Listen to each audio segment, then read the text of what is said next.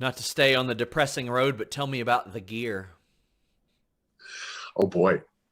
So I had introduced the lower garb of the gear at the time, because I had felt like the environment that we were in at the time almost felt like a little mini coliseum. It felt like a little fight dome, and I wanted to create a very ground based style in the ring, a little bit of all Japan type stuff with some power moves, Western style, and um, it just felt like a very gladiatoria type environment. Yeah. So I introduced the garb for Finn, and then I know Finn is such a creative person. I figured he was going to do something creative for Takeover. I wanted to kind of take advantage of that opportunity.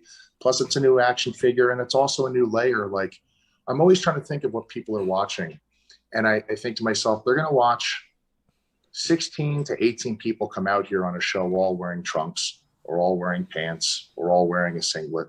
What would I be able to wear to kind of switch up the visual? And so I introduced that. But then when we went up to Raw, it got very, very, I don't know, I'm wrestling for gasoline, with the suspenders and the helmet and all that. And I've gone on record to say I didn't mind wearing it personally, but I thought, it looked cheap, it looked bizarre, and there was no explanation for anyone as to why the character is suddenly wearing that now. And continuity, as we've talked about before, is extremely important in storytelling.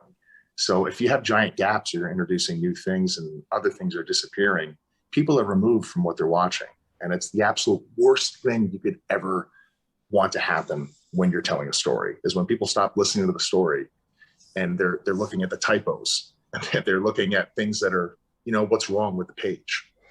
So, And that's a common reflection I've had from WWE talent. They'll say if you hear a good faith claim or complaint online, guarantee we've complained about it or we've said, hey, why not this? Why not do this? I do think it would have been cool if they had you dressed like that on Shotzi's tank driving down to the ring, though. Go full Mad Max with it. Like, go do the full thing. But something I was that gave me hope that I found promising were the vignettes that aired towards the end of your run. Like very Sean O'Hare-esque, devil's advocate. I'm not telling you anything you don't know. And that's not something I had ever pictured you doing. And then as soon as I saw it, I said, oh my God, he would kill that. That's how they should have brought him in if they were going to switch him up. I thought it was really great. How did that come about? And what do you remember about maybe your hopes or feelings about that coming? Because man, I was pumped for that. well, the general consensus was that everyone wanted to get me away from what I was doing. Yeah. That's the truth.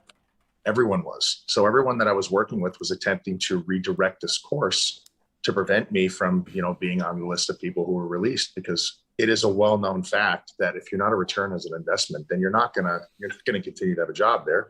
And that's the business. And You have to make, sometimes in Bray Wyatt's case, if you are, you still might not be. yeah, which is also still completely mind-blowing to me. But yeah, so I mean, we were all collectively attempting to redirect this into something respectable and something that made sense and had continuity to the things we were doing at NXT.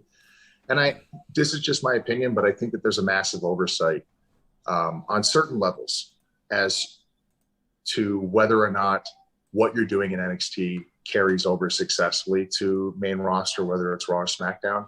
There are some people that believe that it makes no difference, and it doesn't, and that there's more people seeing you for the first time. But quite honestly, sports entertainment and pro wrestling have a fan-based community where they all talk to each other, whether it's in the building, online, or at work. And so if you have 600,000 to 850,000 people that watch you every Tuesday, and then you move up to your Monday or Friday show, and now there's anywhere between 1.2 to, let's say, 3.5 million people who have never seen you before, the original group of people, you know what I mean, watching Tuesdays can inform their friends. And I mean, it would translate perfectly fine. There's no reason to completely repackage someone because it's the first time they've seen them. Like, you're almost doing it backwards. If NXT is going to be observed as a developmental show, then that's where you experiment and you find this thing.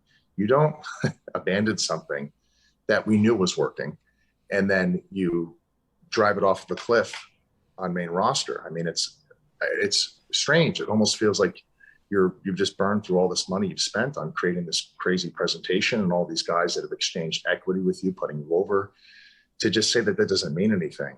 I mean, it seems a little strange. It seems to undermine the purpose of this other property in which you have that. I mean, you put head to head with the competition at one point. So obviously you thought something of it. Do you remember who came to you with this sort of devil's advocate type of thing? Was it supposed to continue that way, like almost a Sean O'Hare-esque thing, or was that just maybe a interesting coincidence? Well, I was speaking with a series of writers that all were familiar with my work even prior to WWE. They went and they did their research and stuff like that. And for the record, I think the writers get a bad rap. Perhaps writers have pitched bad things occasionally, but wrestlers sometimes have bad matches and the writers don't go online and bury them. So, I mean, just putting that out there, I think it goes both ways. But anyways, the rapport that I had with the writers I was working with, honestly, I thought was wonderful. They were genuinely attempting to help me, and they had given me this idea of going in sort of this intellectual psychopath killer guy, which was something that we had already touched base on with NXT and prior to working with WWE. And these things did work. And they said they wanted to kind of bring that to life and begin to angle away from this outfit because it just didn't make any sense whatsoever.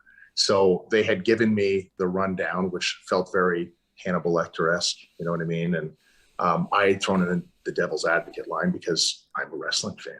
I've always watched wrestling. I've never let that fan in me die. If you do, you're probably not going to resonate with the people watching. So I had put that in there, and O'Hare was a very big inspiration of mine growing up. And that was just something I had thrown in. And I had felt like when I was reading it off of the page that this is something that O'Hare maybe would have, said or gone down that road. So I was glad it resonated with some people. And then it kind of took on a life of its own. Some people did believe that they were trying to redo that. And, but I was fine with it either way.